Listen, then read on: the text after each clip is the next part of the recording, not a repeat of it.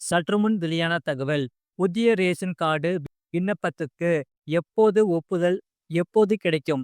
அத சொல்லி தான் பார்க்க போறோம். நீங்க நம்ம சேனல சப்ஸ்கிரைப் பண்ணாம இருந்தீங்கன்னா, மறக்காம லைக் பண்ணிக்கோங்க. சப்ஸ்கிரைப் பண்ணிக்கோங்க. உங்க நண்பர்களுக்கு தெரியப்படுத்த ஷேர் பண்ணுங்க. புதிய ரேஷன் கார்டுக்கு விண்ணப்பித்தால் அதிகாரிகள் எப்போது ஒப்புதல் கொடுப்பார்கள் என்பதை இங்கே தெரிந்து கொள்ளுங்கள். தமிழ்நாடு முழுவதும் புதிய ரேஷன் கார்டு கோரி லட்சக்கணக்கானோர் விண்ணப்பித்து காத்திருக்கின்றனர்.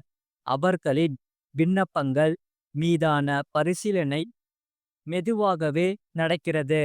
அண்மையில் வெளியான தகவலின்படி சுமார் 2 லட்சத்திற்கும் மேற்பட்டோர் புதிய ரேஷன் கார்டு கோரி விண்ணப்பித்த நிலையில் அதில் சரிபாதி விண்ணப்பங்களில் முறையான தகவல் இல்லை என்ற காரணத்துக்காக நிராகரிக்கப்பட்டன.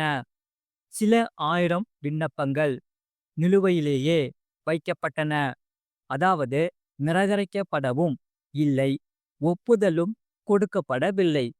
அந்த விண்ணப்பங்கள் இந்த நிலையில் வைக்கப்பட்டதற்கு ஒவ்வொரு குறிப்பிட்ட விண்ணப்பங்களின் இந்த குறைபாடுகள் அல்லது தகவல்களின் உண்மை தன்மை குறித்த சந்தேகங்கள் காரணங்களாக சுட்டிக்காட்டப்படுகின்றன. இருப்பினும் புதிய ரேஷன் கார்டுகள் கோரி விண்ணப்பிக்கவும் விண்ணப்பங்கள் மீதான பரிசீலனை என்பது மிக மெதுவாகவே நடக்கிறது. 3 நிலைகளை கடந்தால் மட்டுமே விண்ணப்பம் ஏற்று கொள்ளப்படும். வட்ட வழங்க அலுவலர் உள்ளிட்டோர் சமர்ப்பித்த ஆவணங்களை சரிபார்ப்பார்கள். அந்த ஆவணங்களின் உண்மை தன்மை உறுதி செய்யப்பட வேண்டும். இதற்கு பிறகு தாலுகா வட்ட வழங்கல் அதிகாரி புதிய ரேஷன் கார்டுக்கு ஒப்புதல் கொடுப்பார்.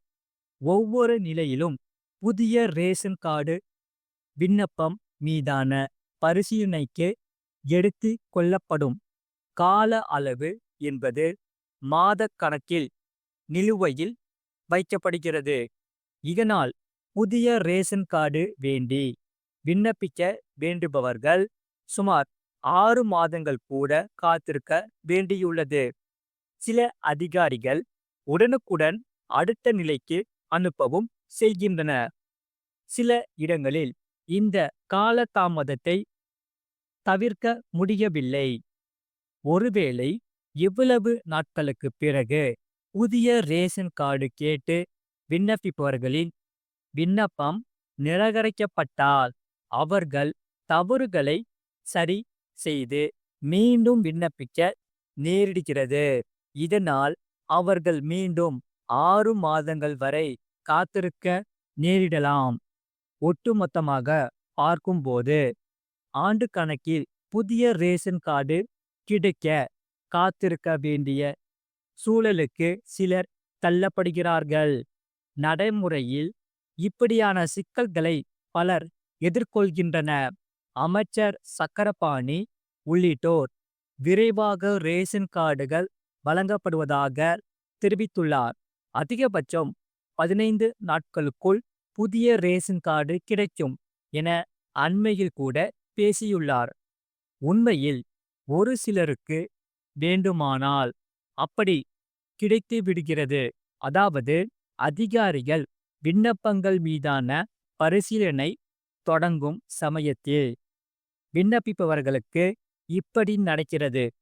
மற்றபடி முன்கூட்டியே புதிய ரேஷன் கார்டுக்கு விண்ணப்பிப்பவர்கள் மாத கணக்கில் காத்திருக்க வேண்டிய நிலையும் இருக்கிறது. ரேஷன் கார்டு விண்ணப்பம் ஏற்பு அல்லது நிராகரிப்பு என இரண்டில் எதுவாக இருந்தாலும் சீக்கிரம் தெரிந்துவிட்டால் அடுத்த வேலையை பார்ப்பார்கள். ஆனால் விண்ணப்பம் மீதான பரிசீலனை மாதக்கணக்கில் நிலுவையில் இருக்கும்போது எந்த தேவைக்காக புதிய ரேஷன் கார்டு கேட்டு விண்ணப்பித்தார்களோ அந்த வேலையையும் நிறைவேறாமல் நிலுவையில் வைக்க சூழலுக்கு மக்கள் தள்ளப்படுகிறார்கள்.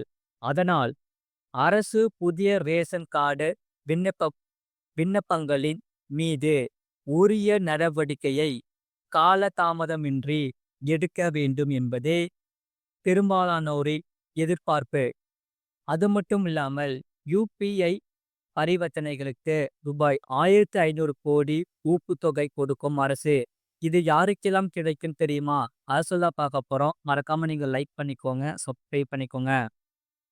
மார்ச் 19ஆம் அன்று நடைபெற்ற மத்திய அமைச்சரவை கூட்டத்தில் டிஜிட்டல் பரிவர்த்தனைகளை ஊக்குவிக்கும் நோக்கில் இந்திய அரசாங்கம் யுபிஐ கட்டணங்களை ஏற்பதை ஊக்குவிக்கும் ஒரு புதிய யுபிஐ ஊக்கத் திட்டத்திற்கு ஒப்புதல் அளித்துள்ளது. இத்திட்டத்தின் கீழ் ரூபாய் 2000 வரையிலான யுபிஐ பரிவர்த்தனைகளுக்கு ஊக்குத்தொகை வழங்கப்படும். இந்த திட்டம் குறிப்பாக சிறு வணிகர்களுக்கு பயனளிக்கும். மேலும் அவர்கள் டிஜிட்டல் பரிவர்த்தனைகளை ஏற்றுக்கொள்ள ஊக்குவிக்கும். இது வணிகர்களுக்கு மட்டுமல்ல, வாடிக்கையாளர்களுக்கும் எளிதாக மற்றும் பாதுகாப்பான பணம் செலுத்தும் வசதியை பெறும். இந்த திட்டத்தை செயல்படுத்த அரசாங்கம் ரூபாய் 1500 கோடியை ஒதுக்கியுள்ளது. இந்த தொகை 2024 முதல் 2025 நிதியாண்டில் பயன்படுத்தப்படும். அமைச்சரவை கூட்டத்திற்கு பிறகு மத்திய அமைச்சர் அஸ்வினி வைஷ்ணவ் கூறுகையில், இந்த திட்டம் சிறு வணிகர்கள் டிஜிட்டல் பணம் செலுத்துவதை ஊக்குவிப்பதற்காக சிறப்பாக வடிவமைக்கப்பட்டுள்ளது. இந்த சலுகைகளில் கண்டிப்பாக கிடைக்கும், ஆனால் அதற்கு சில நிபந்தனைகளை உள்ளன. இந்த திட்டத்தின் கீழ் ஊக்க தொகையில் 80% எந்த நிபந்தனையும் இல்லாமல் வங்கிகளுக்கு வழங்கப்படும். ஆனால் மீதமுள்ள 20% ஊக்குத்தொகையை பெற இந்த நிபந்தனைகளை பூர்த்தி செய்ய வேண்டும். வங்கியின் தொழில்நுட்ப சரிவு விகிதம் 0.75%க்கும் குறைவாக இருக்கும்போது மட்டுமே 10% ஊக்குத்தொகை கிடைக்கும். வங்கியின் அமைப்பு இயக்க நேரம் 99.5%க்கும் அதிகமாக இருக்கும்போது கூடுதலாக 10% ஊக்குத்தொகை வழங்கப்படும். இது வங்கிகளின் சேவைகள் எல்லா நேரங்களிலும் கிடைப்பதை உறுதி செய்யும். மேலும் வாடிக்கையாளர்கள் எந்த இடையூறும் இல்லாமல் யுபிஐ பணம் செலுத்த முடியும். இதனால் பொதுமக்களுக்கு என்ன பலன்? அதாவது இந்த திட்டம் பொதுமக்களுக்கு விரைவான பணம் செலுத்தவும், பாதுகாப்பான பரிவர்த்தனைகளை செய்யவும், டிஜிட்டல் கடன் அணுகலை எளிதாக்கவும் உதவும். யுபிஐ மூலம் பணம் செலுத்துவதற்கு கூடுதல் கட்டணம் எதுவும் இருக்காது. எனவே மக்கள் டிஜிட்டல் கட்டணத்தை ஏற்றுக்கொள்ளவும் தயங்க மாட்டார்கள் என அரசு நம்புகிறது. இது போன்ற செய்திகளை உடனுக்குடன் அறிந்து கொள்ள மறக்காம சேனலை சப்ஸ்கிரைப் செய்யுங்கள். மற்றவர்களுக்கு தெரியப்படுத்த ஷேர் செய்யுங்கள். அதாவது கீழே பார்த்தீங்கன்னா ஒரு ஒயிட் கலர் பாக்ஸ் இருக்கும் ரைட் சைடில், அதான் சப்ஸ்கிரைப் பட்டன். அது நீங்கள் சப்ஸ்கிரைப் பண்ணி வச்சுக்கோங்க. பக்கத்தில் பெல் பட்டனை கிளிக் பண்ணி வச்சுக்கோங்க. அப்போ தான் நாங்கள் போடுற வீடியோஸ் எல்லாமே உங்களுக்கு டெய்லியும் காமிக்கும். இந்த வீடியோ உங்களுக்கு பிடிச்சிருந்தா மறக்காம லைக் பண்ணிக்கோங்க, சப்ஸ்கிரைப் பண்ணிக்கோங்க. கமெண்ட் செக்ஷனில் உங்களுக்கு என்னென்ன செய்திகள் தேவைப்படுதோ அதை நீங்கள் கமெண்ட் செக்ஷனில் கமெண்ட் பண்ணுங்க. அதை நாங்கள் பார்த்துட்டு கண்டிப்பாக செய்திகள் போடுறோம். மறக்காமல் நீங்கள் லைக் பண்ணிக்கோங்க, சப்ஸ்கிரைப் பண்ணிக்கோங்க. உங்கள் நண்பர்களுக்கு தெரியப்படுத்தவும் ஷேர் பண்ணிக்கோங்க.